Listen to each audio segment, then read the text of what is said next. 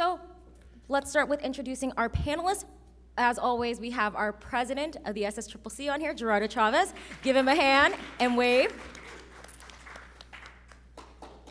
Cool, and hopefully those of you online are also interacting with us too, as we love to see your participation.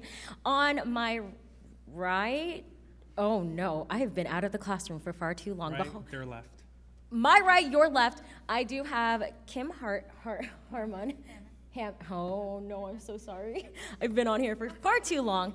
But they serve as an advisor at Long Beach College for their going into their third year. Also, let it also be noted that these panelists will also be introducing themselves. And last but not least, we do have Sydney Pike, who serves as both the regional communications officer for Region 8 and a student at Cypress College. So welcome. Thank you so much for being here. Yeah, give them a hand. Give them a hand. So we're going to start first with Sydney. So why not go ahead and introduce all of yourselves and what you do and why you like being in student engagement and leadership. Awesome. So I'm Sydney Pike. I am currently Cypress College's student body organization president, and I am also the communications officer for Region 8. So I'm really happy to be here, and I'm really excited to talk about student engagement. I just love local government and just the whole policy-making process, so I'm really happy to just represent students and really get our voice out there.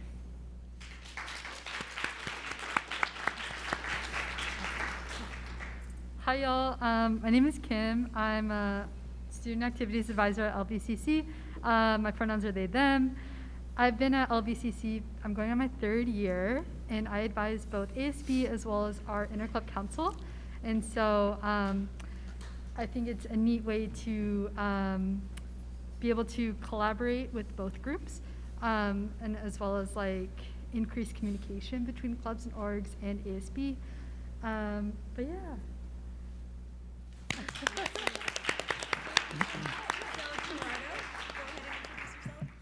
Okay, my name is Gerardo. I'm the president for the Student Senate for California Community Colleges. Before being president, I was actually the regional affairs director for Region 9. So shout out to Region 9 if you're in the house. Where's my Norco people? Come on, we're the only ones here for Region 9. Norco people, we are looking at you. So. Yeah, so I love Region 9. But then even before being a regional affairs director, I was involved in my student body. So Associated Students of Riverside City College, and I was the secretary. I was taking minutes. And then they're like, oh, we need someone to go to, Region 9. And I'm like, what is that? And then I went to the first meeting. I liked it. And then I decided to become the delegate, and that is how I got here. So I'm very excited to talk about student engagement. We're going to spill the tea on student engagement because, it's the elephant in the room, what's going on in the system. So, yeah, I'm very excited to be here. And I really hope to, have a conversation with all of you. In private, and I want to hear from you, your experience within student government. So thank you. All right, now that you all know who our panelists are, feel free to clap for them if you would like before I move on. Yeah, there we go. They're amazing people. And, I'm very interested also myself to hear these different perspectives. So with that being said, first kind of question, and again, this is a conversation that we're going to be having. So if you both in person and online have any questions yourself, feel free to where's our VPC? Oh, wait, VPC is charging. So if you're online with us, feel free to drop them in the chat. If you are here in person with us, I guess we could just raise hands like we're in a classroom, but hopefully it'll all go well. And don't forget, if you are here in person as well, and if you have questions, please project. So with that, first question is, what's the most rewarding thing in your roles, and whether that being as a student leader or serving on the statewide level, or even from an advisory perspective? So anybody want to take that question first? I can go ahead. So probably one of the most rewarding things, especially in regards to student engagement, I think one of my favorite moments, especially just as a student leader and as president of our associated students, I know it's been hard for a lot of local SBAs to kind of raise engagement and to get people to join either in clubs or student government in general, but it's just super rewarding when somebody reaches out to you, or if you give a presentation in a classroom or at a department or at a specific event and people come and reach out to you and you're like, oh my God, that's so amazing, that's so cool, like I want to learn more about what you do and everything that you guys have to offer and about the school. So I would say that is one, just a rewarding moment, I think. Kim or Gerardo, either of you want to take it on? I can go next. So the most rewarding part of my role is being able to see the growth of the student leaders that I work with and just seeing them also achieve the goals that they set out. And so last year, our ASB president had a goal to put free pads and tampons in the restrooms on campus, as well as getting our ASB leaders stipends. And he was able to achieve both of those goals.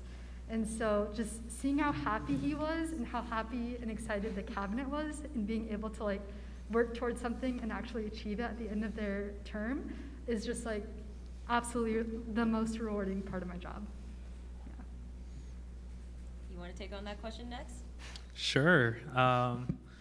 I think the most rewarding part is just working with students and being able to, hear concerns and then, point them to the right direction or help them out. I think that's the most rewarding. And even, when I'm a very, I like having a list of things to do. And when you finally put a check on like, I did this, I think that's the most rewarding part. And overall, just being able to make an impact and amplify, everyone's voice, I think that's the most rewarding part of my role. Oh man, I might just cry, but I hope this is also something that all of you feel as well, regardless of your position, whether you're a senator or you're serving as the regional affairs director or even as an amazing advisor like Kim is. It's really crucial and important to recognize and realize that everything that we do in our positions, there's something amazing. I don't know how to best describe it because we had a regional summit yesterday. Sydney, you do remember because you were there yesterday, but there's just this, what's the word I'm looking for? Like warm kind of butterfly feeling. And I hope that all of you get to feel that too in your roles and having amazing advisors like Kim also help us doing that. So really, thank you. And I really want to give these people a hand because these experiences are amazing. And I know all of you are experiencing this too, whether you're here in person or online with us. So thank you exactly for sharing that. So let's get into the hard questions. We're about to really spill the tea, the stuff that everybody kind of wants to hear about. So currently many colleges are facing, and actually throughout the entirety of the state, a mass student participation and engagement drought. What's your response to that, and what is your advice or way to go about this matter as a whole? Because it's affecting all of us. I mean, which college isn't impacted by this right now? And if you say that you're not, you're a liar. I'm stating it as is. So actually, I would like to hear from the advisor perspective first. So Kim, let's go to you. Yeah, absolutely, thank you. So it's interesting because at the beginning of fall 2020, we actually had really great participation. We had a survey go out to all students, asking them to serve on district committees and on ASB, and we got so many responses, and we were able to fill almost all of our district committees with at least one student representative, which I was like, awesome, students are engaged in this virtual environment. It's great that we're continuing momentum. And then something happened over the summer, beginning of fall. We just haven't seen that same level of participation. And there could be multiple different factors, right? Folks are burnt out of being online and being in Zoom meetings, and also just being inundated with information about vaccines and the pandemic and COVID and return to campus policies and procedures. And so we have utilized our campus engagement software through Campus Labs that houses all of our clubs and orgs that allows us to communicate with everyone across campus. So we have access to all staff, faculty, and students. And we can email them via a listserv. And so we have student-like newsletters that go out every Monday that have all of our student life events, as well as our ASB cabinet application, and then our district committees form. And we really use that as a tool to communicate with campus and with students, as well as like our social media and things like that. I know like you talked about TikTok earlier. We've been trying to like ramp that up in student life. And of course like our Instagram. And so yeah, those are just some different ways that we connect with students. I'd also like it to be noted that there are some advisors in the room and both online. I don't, and anyone can disagree with me on this, although I will heavily debate you on this. I don't think we could do as student leaders what we do without advisors. I mean, tell me I'm wrong. Does anybody want to debate with me on this? Yeah, that's what I thought. So without advisors, again, the work that you do is incredibly crucial and important to what we do as student leaders, whether it's local or on the statewide level. So I know I'm going to say this a lot throughout this panel, but again, give it up to our advisors. Actually, could we actually give our advisors, both online and in person, a standing round of applause for everything that they do? The work that you do is so incredibly important. So please stand up and give our advisors a standing round of applause for what they do. Like, come on, give it up for them, give it up, give it up.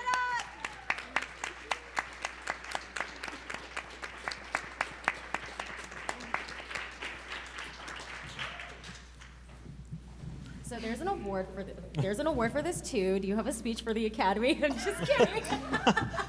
I had to make some Academy joke in there. But Gerardo or Sydney, either of you want to chime in on that matter? Yeah, for sure. So yeah, similar to you guys, we have seen a lag in student participation for sure. Honestly, just some advice that I have that I think just really helped us, because we have been seeing sort of this uptick in students wanting to participate, especially recently. And I think one of the biggest pieces of advice is honestly just going to classes, whether it's your own class or you're close to the teacher, and being like, hey, can I present and talk about student government for the first 5 minutes of class or the last 10 minutes of class? And honestly, just that personal connection, just hearing it from a student makes all the difference, because I think people, like other students, really see what you're doing and they're like they get really interested. And I think a big thing too is a lot of students want to make friends, and this is a great way to do that. And I think coming from the student perspective, people are like, oh yeah, this is really an option for me, or this does sound like something I really want to do. And going along with that, like reaching out to different classes and departments, especially reaching out to departments on your campus like Puente or EOPS or DSS. They all have sort of their own like cohorts and like strong connections with their students, and just reaching out to them really just gets the message out. And yeah, it's really helped tremendously, I think, with our campus. And then I will advocate as a comms officer for the use of social media. Yes, we love social media. But yeah, just consistently posting, and not only just posting about your student government, but also about the clubs that are active on your campus and the departments that are doing stuff, because it kind of serves as that way. If you extend your arm, they'll kind of do the same for you, and you'll get more outreach that way. So yeah.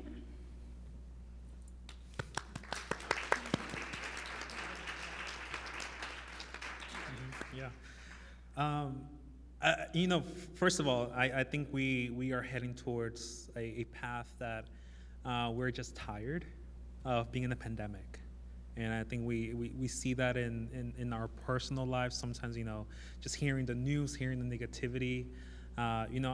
Yesterday or the other day, I was in the Region 4 Delegate Assembly, and one of our delegates was talking about, how toxic their environment was. And we just see, this lack of human connection because we're online. And we leave out that, interpersonal communication. So holding meetings online and having relationships online is really hard, because you don't necessarily understand who they are in person. And going back to, Zoom burnout. Some of us, have classes every day. And sometimes, those lectures are very heavy, and going to another meeting on Zoom, it's gonna take a toll on you. I know it does for me. So we are seeing on the state level how our student body associations are slowly dimming. And some of our student body associations don't even have students elected. So it's just like, who's on there. Some of them only have a president and then one senator. We have presidents, juggling, multiple tasks. Or we have our, just a student trustee.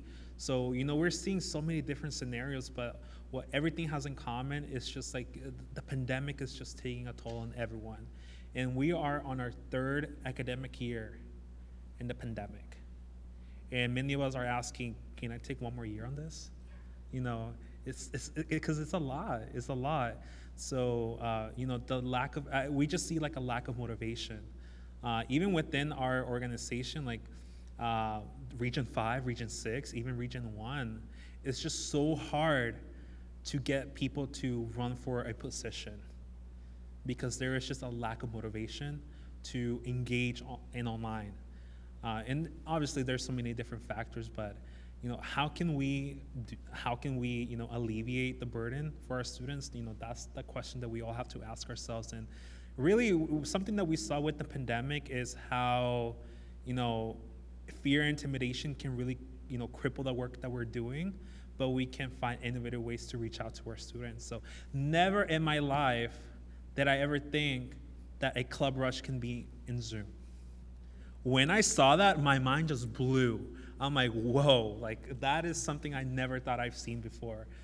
So, we just have to take, the negativity and make it into something, positive, as corny as it sounds. Oh, we love corny and cheesy here, am I right? Oh, there we go, there's the mic.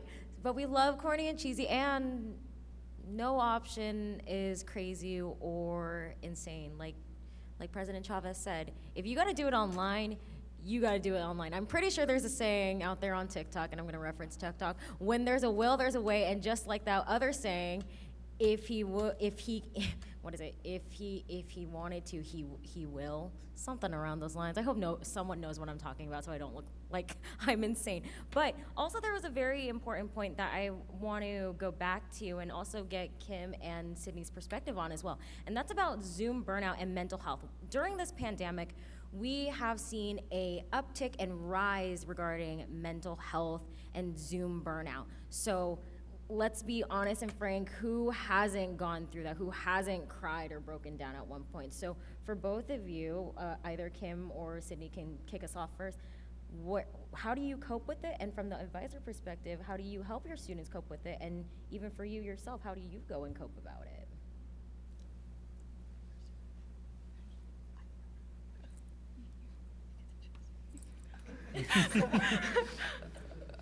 No, you go.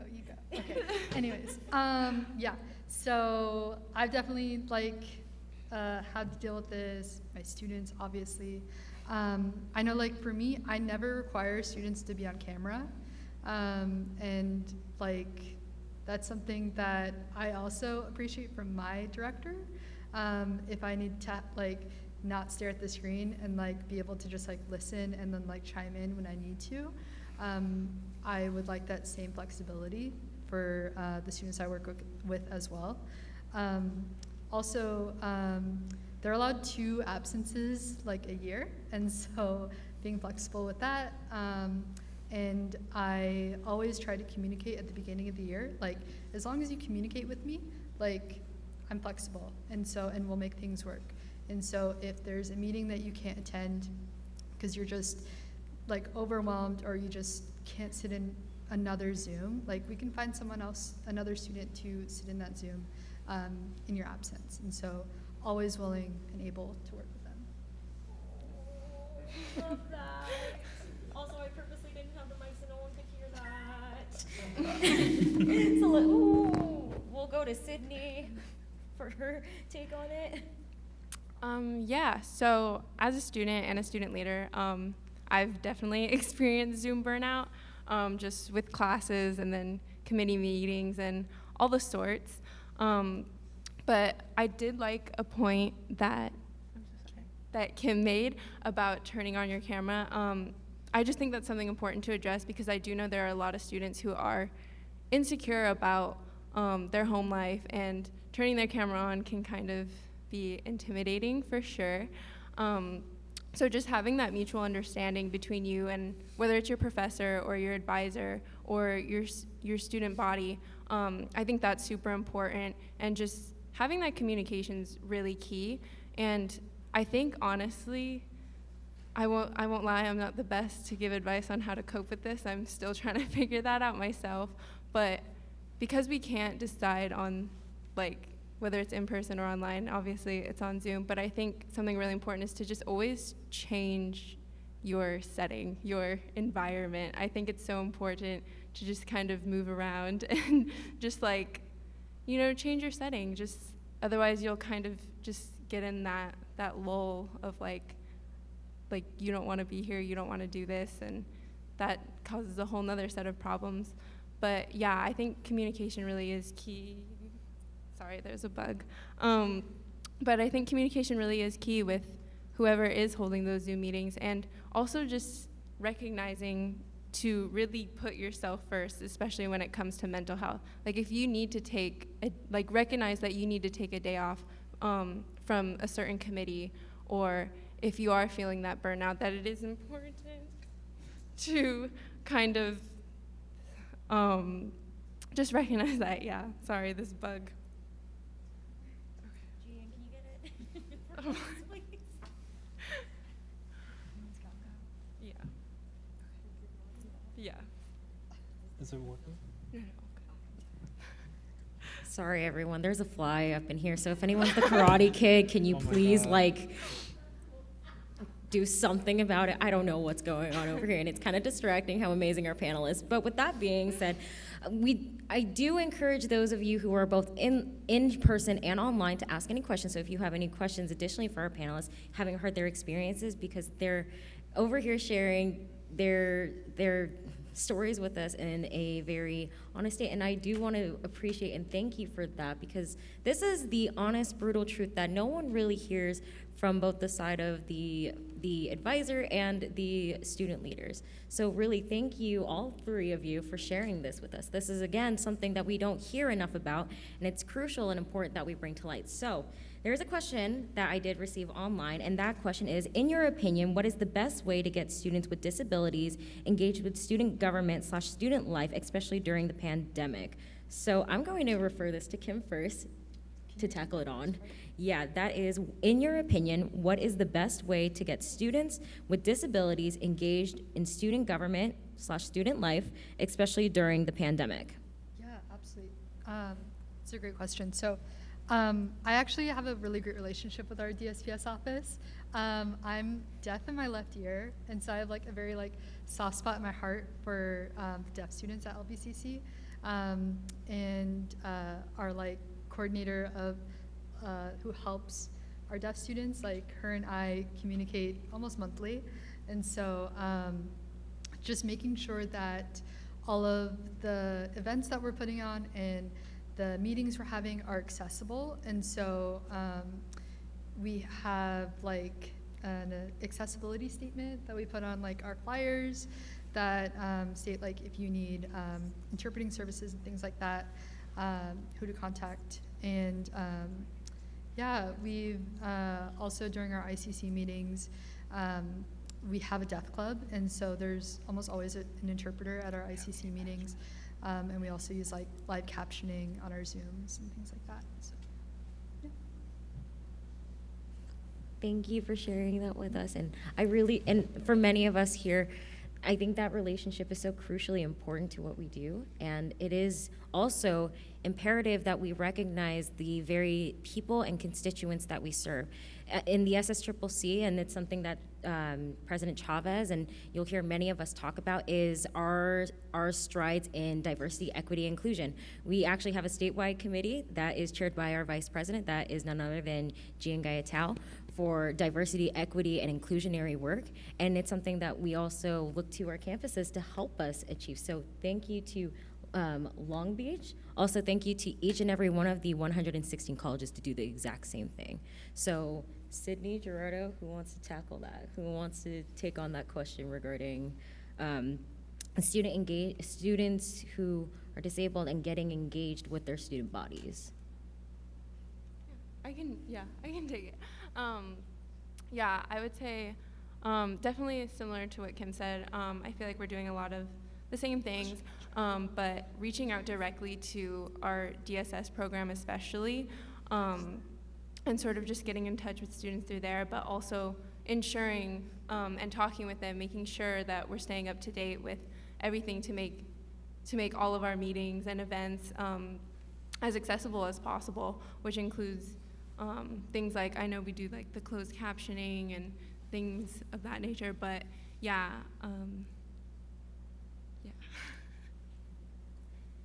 Thank you for that, Gerardo. Did you also want to tack on to that? Yeah, so, previously we were talking about 9+1 rights, and really the essence of 9+1 rights is communication and building relationships with people who are on campus. So in order to create, an inclusive bridge, you have to speak to those students. So I encourage you that you go to DSPS and, make your student government available to them, because representation does matter. Because we don't necessarily see a lot of student leaders that have disabilities. So it's important that we are allowing for those populations to have a platform to advocate. And it really it just takes a conversation, really, understanding, what are their needs, and also extending that invitation to them, like, hey, you should run for senator, or you should run for vice president, or you should even run for president. It's all about empowerment, encouraging our students to get involved. Apparently technology is also a problem that I'm having up here, but thank you again for once again recognizing and realizing how important it is to build these relationships with the very people that we serve. So for all of you, I hope as you are looking at these positions on your board and also striving towards diversity, equity, and inclusionary work, I'm sorry about that, that you are able to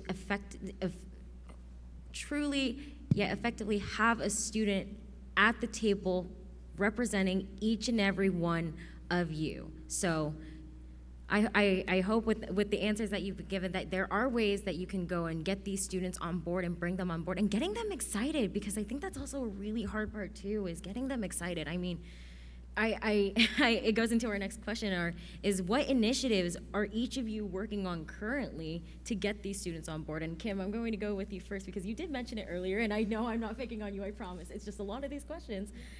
It starts with the faculty, or I'm sorry, not faculty, the advisor, and then going into our students. Yeah, so I can actually talk about one event we did this semester, if that's okay. We had Welcome Week at the beginning of the semester, and we were able to actually have a event on campus. Something that we were able to do last spring was create a partnership with Passion Planner. They were able to gift us or donate us almost 500 Passion Planners that we just had to pay for shipping. And so we were able to give those out during Week of Welcome, as well as t-shirts and ice cream, I think, or popsicles. And so we had students RSVP to help with line management and crowding and things like that. And students were so excited.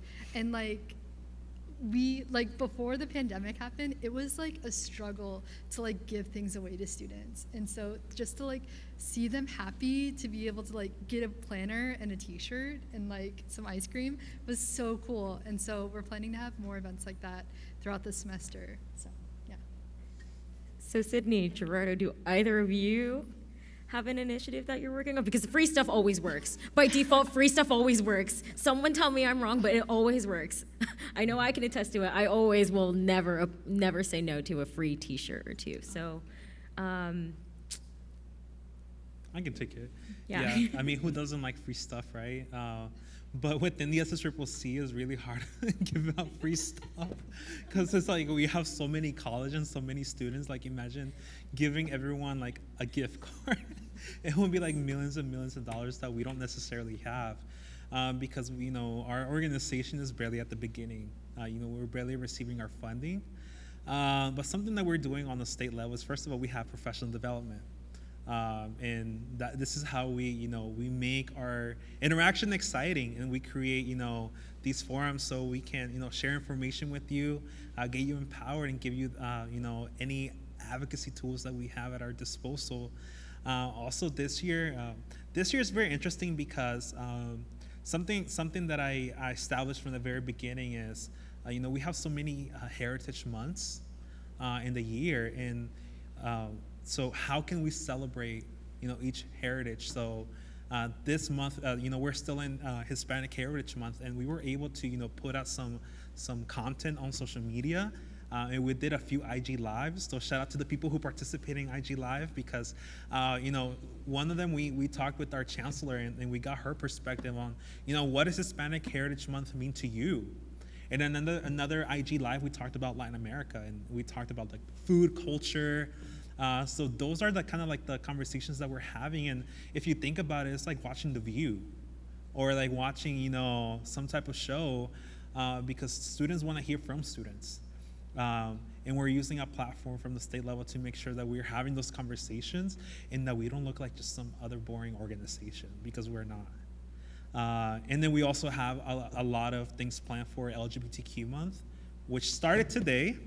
And we have literally an IG Live plan for every week, which is something that we're so excited, because people are just watching, and really having those conversations is really refreshing for a lot of our students. And we have a lot of, like, talking about students with disabilities. We have a student with disabilities town hall coming up in January. And that is a way for people to just, vent. And we want to hear them. So that is how, we're fun things that we're doing in our organization. And that is why you should all be so incredibly lucky to be a part of an organization that is ready to work for the community. And I believe my fellow board members, they're going to hear this, and they're going to probably be sick of me hearing this, but I also hope it's something you all take away from this panel and also from this entire event. But there is community in unity. In fact, in our very name itself, as part of the community college system, it is that we have community in our name. So please, when we're doing what we're doing, find that there is community in unity. So also, let me defer to Sydney to see what maybe Cypress is doing, and maybe all of you can take away and do on your own campuses. So take it away, Sydney. Yeah, definitely. So some initiatives we've kind of been working on just to get students excited and engaged. We also have been able to hold some in-person socials, which is really awesome, and that's obviously a great way to get students really excited to hear about you. Free stuff does help, especially food, I will say. Students love free food. But some other things we've been working on, we've also been working on like a DEI movie series also, just to highlight diversity and different voices and make sure they're like being showcased. And I think a lot of our more successful initiatives to kind of get students engaged have been the ones directed towards specific students or specific departments and programs on our campus. So for example, currently we're trying to implement a community garden on our campus, and we've reached out to our science, engineering, and math majors to kind of help us build with the garden we're trying to implement, and that's really gotten people interested for sure. I did have something else I want to say. But yeah, initiatives like that are really directed. Like, we're also having a DEI art competition to provide scholarships for our students and to get their artwork shown, to have their voices heard, to sort of give them that platform. And I think by kind of directing certain initiatives to these departments, that students kind of find out more about you and get more interested. And not only that, but they're able to do what they love and to showcase their own voice and what's really important to them and what matters to them.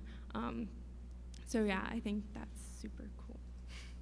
So I hope you all got some ideas out of that. And like Sydney was saying, there's something kind of rewarding and almost, I remember what the feeling is called, fluttering. It's like that like butterfly flutter, like warm butterfly feeling kind of thing. So I hope you all get that when you go and finally get students on board to do the things that you get to do. So this is a tough question, so I hope you're all ready for this. In the middle of this pandemic, what do you think is the best way to reach out to students and make that initial connection? So I'm going to actually go with Sydney first. Sorry, Sydney. Oh, good. Yeah, so I think I touched upon this just a little bit, but especially during a pandemic situation when everything's online, I think the most important way to, or the best way to do it, at least from my perspective, is in your classrooms. Because let's be honest, sending out those mass emails, what do most students do? They're just gonna click on it, not read it. I know I've done that quite a few times from our campus communications, sadly to say, but honestly, the best way is to just talk to your professors, give them your flyers, give them your newsletters, give them all of these resources that you're creating, and have them disperse it to their classes, because more times than not, students are going to pay attention to that Canvas notification they get from their professors. Or, like I said, if you want to present in your class, talk about an initiative you're working on and how you want some feedback, ask for their opinions, and they'll give it to you.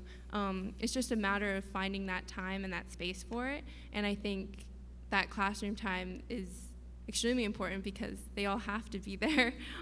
You kind of already have this audience for you. But yeah, that's probably the biggest way, and I think social media too has been a really key tool, and just establishing those relationships with those larger departments on your campus is really essential. Just so, because more often than not, they have followers that you don't have, and you have followers that they don't have. So I think that relationship is super important. So, yeah. Going to Sydney's point, a lot of the questions that we get on the state level is, how can we communicate with students? And sometimes we underestimate the power of the classroom. Because not everyone, is going to go to your event. Not everyone's going to go to academic support, admissions and records. But if there's something that every student has in common, is that everyone's going to a classroom. And if we start giving information in the classrooms, like, hey, as students, like, maybe we should be reaching out to our professor and saying, like, hey, we have this event coming up. Can you please make an announcement? And then that professor announces it on the classroom, then you're gonna have maybe 5, 10, 15 people in that classroom wanting to attend just because they heard it.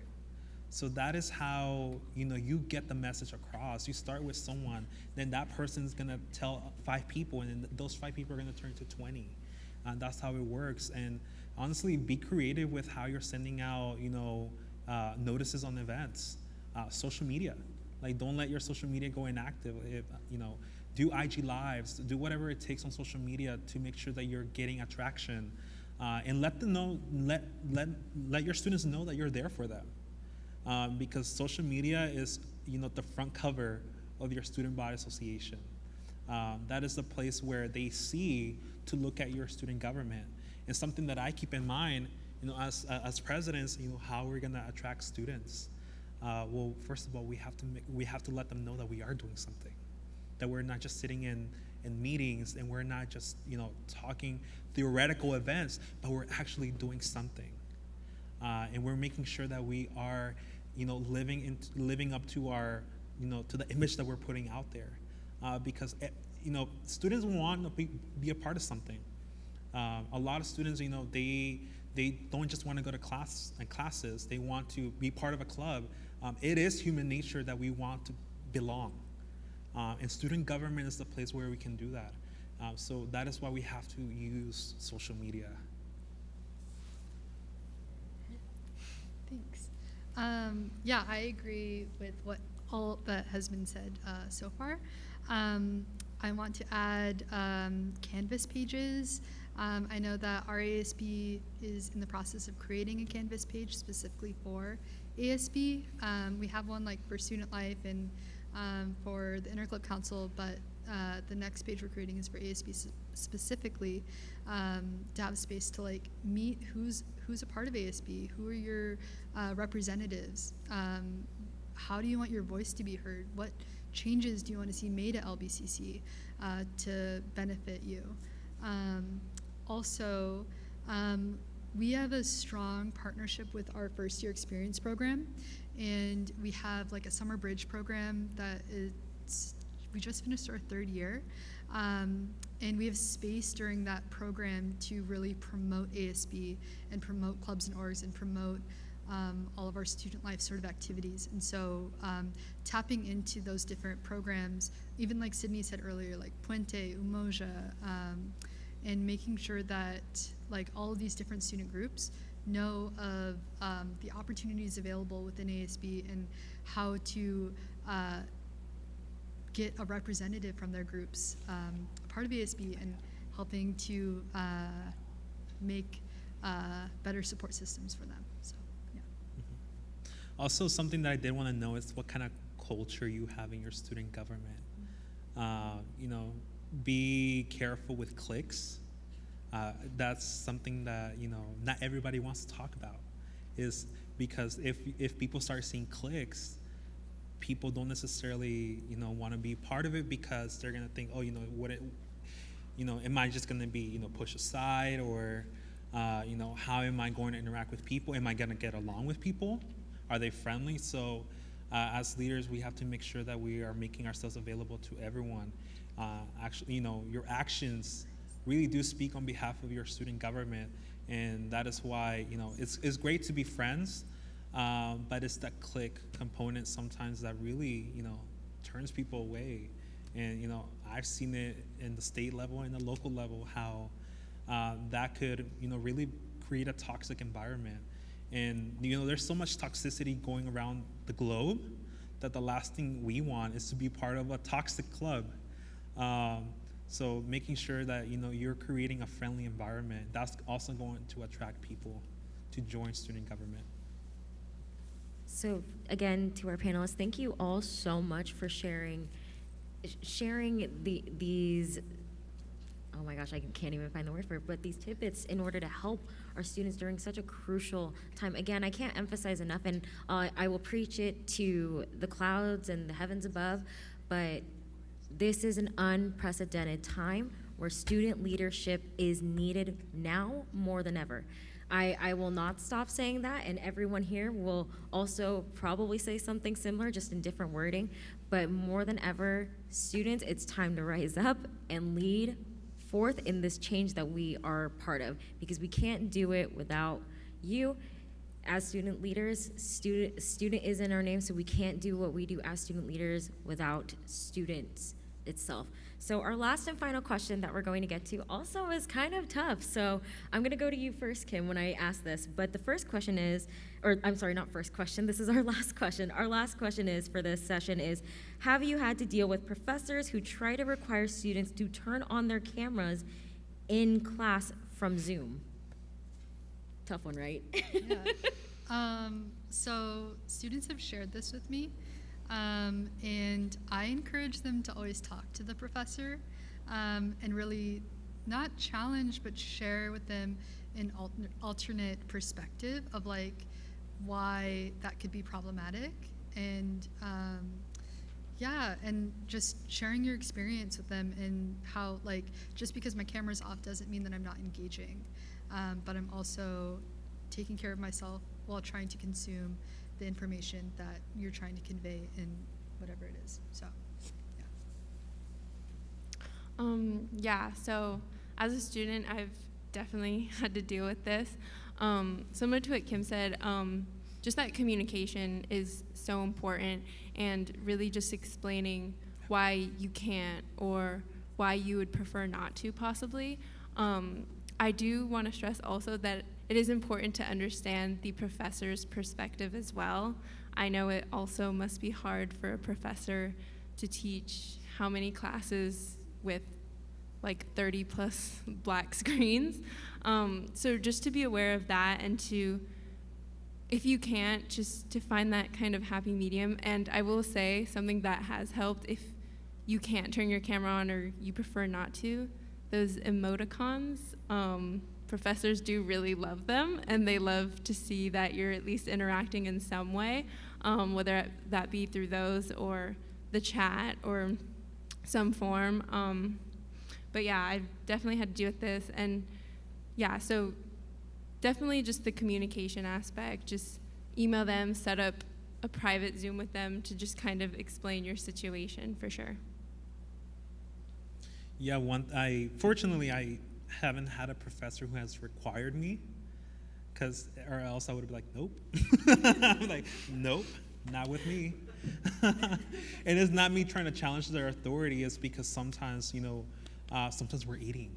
Sometimes we have classes back to back, and you're hungry, and you gotta get something to eat. And I'm that kind of person, like, I don't want people to see me eating on camera. Or sometimes you don't feel comfortable, and I think a remedy that I found very useful is that you just put a picture on your profile. And it's like they see who you are. They're not just seeing your name in a black background. But always have transparency with the professor if you have a concern. Let them know what's going on, and work with them, because the pandemic is affecting everyone.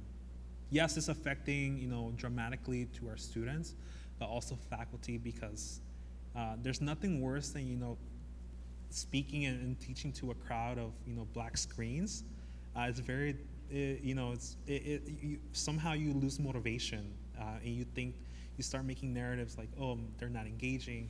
So I just encourage everyone, if you find yourself in that situation, talk to your professor. Simply communicate. With that being the last question, and I hope, again, each and every one of you, both online and in person, took something away from this panel. Please give our amazing panelists a round of applause for this. Thank you so much.